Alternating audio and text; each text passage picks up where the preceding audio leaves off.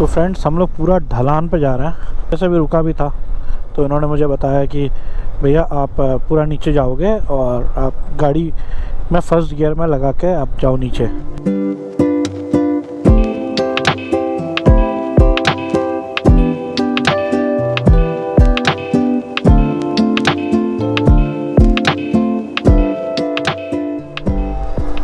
Distance ज़्यादा नहीं दोस्तों, 50 किलोमीटर है, बट टाइमिंग दिखा रहा है 2 घंटे, क्योंकि इतना डिक्लाइन है, इतना ज़्यादा ये डिक्लाइन है कि गाड़ी आप ज़्यादा स्पीड ले जा ही नहीं सकते, बहुत ज़्यादा डिक्लाइन है।